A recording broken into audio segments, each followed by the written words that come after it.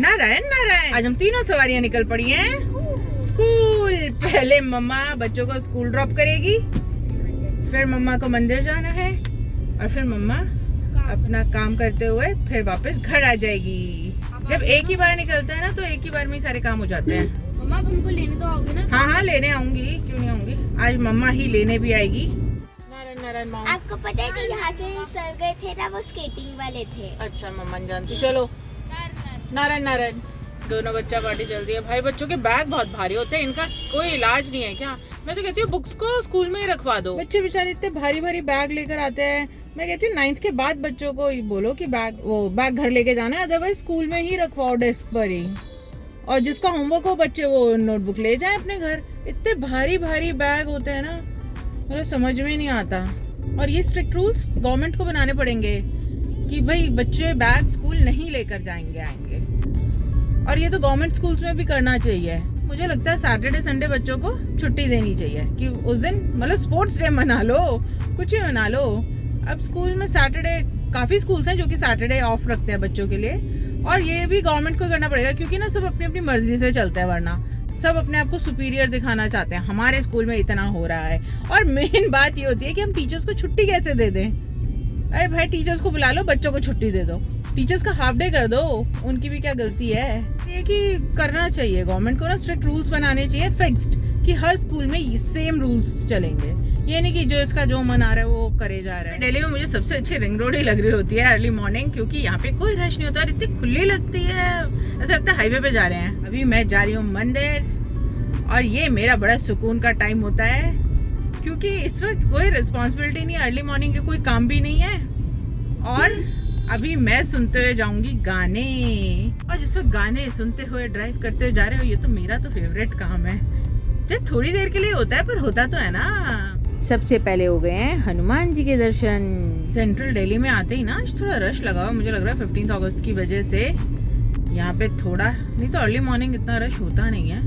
पहुंची हूँ मैं झंडे वाला मंदिर, माँ के दर्शन कर लिए हैं। थोड़ी देर मंदिर में बैठ के फिर जाऊंगी मैं। अभी मैं झंडे वाले मंदिर से बिरला मंदिर तक जा रही थी, रास्ते में ही है, मतलब दोनों एक ही रूट पे बढ़ जाते हैं। पर आज जाम ही जाम है, बहुत स्लो ट्रैफिक, चल ही नहीं रहा, अभी तो खिसक ही नहीं रहा। ये तो है 15 अगस्त के आसपास और 26 जनवरी के आसपास थोड़ा रश तो रहता ही है, सिक्योरिटी इश्यूज होते हैं ना इसलिए। पर इस एरिया में आके मुझे बहुत अच्छा लगता है क्योंकि इतने सारे पेड़ हैं, मजा आ जाता है। सुबह सुबह इतनी हरियाली देख के ना दिल खुश हो जाता है। पहुंच गई हूँ मैं बिरला मंदिर, आगे से यू टर्न लेकर आना है। हर मंदिर में कुछ तो डिफरेंट होता ही है।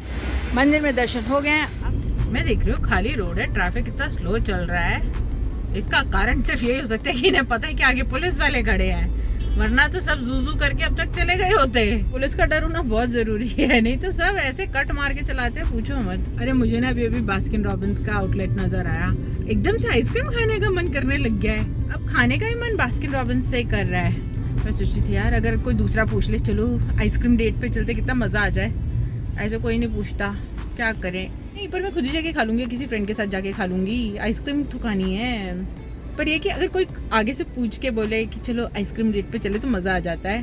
पता है जैसे जगह जगह अब ये झंडे बिक रहे हैं ना, मैं ये सोच रही थी कि यार जब गवर्नमेंट ने जगह जगह इतने बड़े बड़े झंडे लगा रखे हैं, पर अब हर एक कोई हाथ में झंडा ले लेता है ना, तो मुझे लगता है कि आप इस झंडे का बाद में क्या करोगे, है ना। क्या है बाद में आप डस्टबिन में फेंक रहे हो। इससे बेटर है अगर स्कूल में टीचर्स फ्लैग्स बनवा रहे हैं ना, पेपर पे फ्लैग बनवाया, नोटबुक में पेस्ट करा दिया, उसके बाद वो जाएगा भी तो रद्दी में जाएगा जो कि रिसाइकिल हो जाएगा। पर जो आप कूड़े में फेंक देते हो इनका क्या फायदा हुआ, ये तो कहीं भी यूज नहीं हुए। मतलब हमारे लिए कितनी प्राइड वाली चीज है इंडियन फ्लैग, और फिर उसको मतलब ऐसे कहीं पे भी डाल देते हैं। मैं देखती हूँ कूड़ेदान में पड़े हुए, वो अच्छा नहीं लगता। मैं तो खुद झंडा नहीं खरीदती, मैं बच्चों को भी बोलती हूँ नोटबुक में ड्रॉ करो, उसको एज इट इज रहने दो, फाड़ो फूड़ो मत उसे। मतलब हर एक चीज का बिजनेस अच्छा नहीं लगता ना, ये तो बहुत रिस्पेक्टफुल चीज है। ये चीज मैं अभी कावड़ में देख रही थी, अभी गणेश चतुर्थी आएगी तब लोग भगवान को बनाते हैं, या तो आप मिट्टी के बनाओ फिर पानी में प्रोवाइड कर दो, वो घुल जाएंगे उसी में। लोग क्या है उसमें पता नहीं क्या क्या चीजें ऐड करवा लेते हैं और फिर वो कहीं कहीं पे नालों में पड़े होते हैं। इससे बेटर है भाई एक जगह बनाई हुई है टेम्पल, वहाँ भगवान है, वहाँ दिन रात मंत्र होते हैं, वहाँ की वाइब्स चेंज हो जाती हैं, तो वहाँ जाओ, वहाँ पे हाथ जोड़ लो। हर जगह करना अच्छा नहीं लगता। लोग भगवान शिव को अपने अभी कंधे पे बिठा के लेके जा रहे थे चाहे वो प्लास्टिक के बनाए हो चाहे किसी भी चीज के, पर बाद में उनका क्या ध्यान रखोगे, बात वहां आ जाती है सारी की सारी। मतलब उन्हें कहीं ऐसे मत छोड़ो, उनकी या तो प्रॉपर रिस्पेक्ट करो बाद में भी, है ना, तब तो बात है। मैं लोगों को देखती हूँ मूर्तियां पहले घर में रखते हैं, उसके बाद पेड़ के नीचे रख जाते हैं, वहां से कूड़े वाला उठा के लेके जाता है। देखो अगर मिट्टी की होती है तो आप उन्हें पानी में प्रोवाइड कर दो, नहीं तो पानी खराब हो जाएगा। तो मतलब लोगों को थोड़ा सा ना हमें खुद को सोचना पड़ेगा ये तो, कि हमें क्या करना है। भगवान ऐसे हर जगह थोड़ा ना बिकेंगे। मेरे को झंडे वाले मंदिर में सबसे अच्छी बात ये लगती है कि वहाँ पे कोई भी बाहर का प्रसाद नहीं चढ़ता, क्योंकि जहाँ पे प्रसाद चढ़ता है लोगों को पता ही नहीं चलता, लोगों के पैरों में प्रसाद पड़ा हुआ है। लोग थैले लेके चल देंगे, वो पैरों में प्रसाद पड़ा रहेगा, किसी को कोई फर्क नहीं पड़ता। और बेटर है जो भगवान को वहाँ पे चढ़ा हुआ आपको प्रसाद है वो वहाँ पे मिलता है तो आप लोग वो ले लो, है ना। और यहाँ पे क्या है, आप चढ़ा ही नहीं सकते, तो मंदिर में साफ सुथरा रहता है, किसी के पैरों में प्रसाद नहीं आता। आप जाओ भगवान के दर्शन करो, हाथ जोड़ो, बाहर निकलते वक्त जिसको प्रसाद लेना है वो ले लो। मैं देखती हूँ हर जगह प्रसाद चढ़ रहा है, फिर लोग उस प्रसाद को चुनियों को वहीं बांध देते हैं। मतलब आप क्या करना चाहते हो, जगह को साफ सुथरा क्यों नहीं रखना चाहते। मैं जब लास्ट टाइम बद्रीनाथ भी गई थी, मैंने वहाँ भी देखा कि प्रसाद ऐसे पैरों में, लोगों को समझ में ही नहीं आता, पैरों में गिरा देते हैं, फिर लोग उसके ऊपर से पैर रख के चले जाते हैं। मंदिरों में ये सिस्टम भी होना चाहिए। देखो अगर प्रॉब्लम है तो उसका सॉल्यूशन भी होना चाहिए, है ना। अगर मैं प्रॉब्लम गिनवा रही हूँ तो फिर मेरे को सॉल्यूशन भी पता होना चाहिए। मुझे लगता है कि मंदिरों में प्रसाद आपको ऐसे नहीं चढ़ाना चाहिए। जो भगवान का भोग मंदिर में बन के बट रहा है वो ले लो आप। मतलब हर कोई अपना प्रसाद लेके जा रहा है, फिर वहाँ प्रसाद चढ़ा रहा है, लोग धक्के मार रहे हैं। नहीं, आप आराम से जाओ, भगवान को आपकी श्रद्धा चाहिए, है ना। आप आराम से जाओ, दर्शन करो, हाथ जोड़ो। वहाँ इतने मंत्र चांट होते हैं कि उस जगह की वाइब्रेशंस खुद चेंज हो चुकी होती हैं, तो आपको बाकी कुछ करने की जरूरत नहीं है, सिर्फ हाथ जोड़ के भगवान के सामने खड़े होने की जरूरत है, और कुछ मत करो। अब हर कोई अगरबत्ती जलाता है मंदिर में जाके, अरे वो पंडित जी का काम है।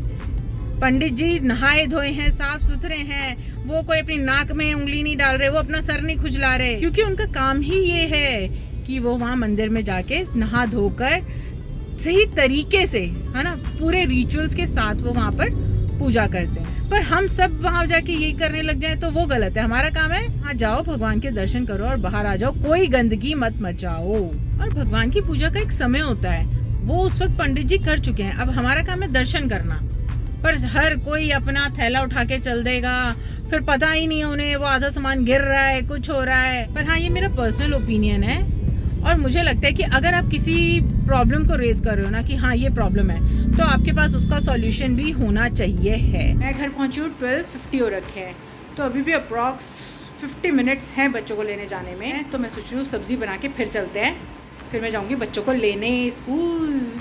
अभी तो भाई घर पे सब्जी बन पाई है, मैं जा रही हूँ बच्चों को लेने, थोड़ा टाइम ज़्यादा हो गया है, रेड लाइट हो रखी है, एकदम से ही मौसम बारिश वाला हो गया। अच्छा, आप रोड पे चलो ना, आपको रोज कोई ना कोई इंसिडेंट होता दिख ही जाता है। मैंने देखा एक लेडी जा रही थी और वो बहुत सेफ ड्राइव कर रही थी, ऐसे मैंने तो लेडीज को ज़्यादा देखा भी नहीं है रैश ड्राइव करते हुए। तो एक 11-12 का बच्चा अपनी मम्मी को स्कूटी पे लेके जा रहा था, तो आगे से ट्रैफिक आ रहा है, तो वो तभी तो निकलेंगी जब ट्रैफिक चला जाएगा, पर वो 2 व्हीलर पे, और अभी नई सीखी होगी स्कूटी, तो मतलब जो होता है ना जल्दी, तो उनको बोलते हैं कि ए बुड्ढी जल्दी चला। मतलब मैं सोच रही थी आजकल तो बच्चे भी कुछ भी बोल देते हैं बिना सोचे समझे। पेशेंस नाम की चीज ही नहीं है, उन्हें लॉजिकली भी नहीं देखना कि आगे क्या हो रहा है क्या नहीं, बस अपने से मतलब है। इसमें ना कहीं गलती पेरेंट्स की है। देखो जैसा बच्चा घर में देखता है ना, वो बाहर जाके वही करता है। घर में कलेश है तो बच्चे बाहर जाके भी फ्रस्ट्रेटेड हो जाते हैं बच्चे देख के। ज्यादा तो ये पेरेंट्स के ऊपर ही है कि मदर फादर दोनों, एक का नहीं दोनों का, कि दोनों बच्चों को कैसे पाल रहे हो। आपके बच्चों के बिहेवियर में वो रिफ्लेक्ट करता है, और मोस्ट ऑफ द केसेस में जैसा घर में एनवायरनमेंट होता है ना, बच्चा वैसे ही जाके बाहर बिहेव करता है। मतलब उसकी हिम्मत देखो कि उसकी मम्मी उसके साथ है और वो किस तरीके से बोल रहा है बच्चा। पर इसमें ना हम किसी के लिए कुछ कर नहीं सकते, ये सबकी अपनी अपनी सोच है, और अपनी अपनी सोच से ही हर एक कोई अपने बच्चों को पालता भी है। अगर आपके पास बॉय चाइल्ड है ना, तो आपको उसको फीमेल्स की रिस्पेक्ट करना तो सबसे पहले सिखाना चाहिए, और सबसे पहले वो अपनी मदर की रिस्पेक्ट करे। अगर वो अपनी मदर की रिस्पेक्ट नहीं करेगा तो आगे किसी की क्या ही करेगा। अगर वो आपसे बदतमीजी से बात कर रहा है, सबसे पहले उसे टोक दो कि हिम्मत कैसे हो गई तुम्हारी।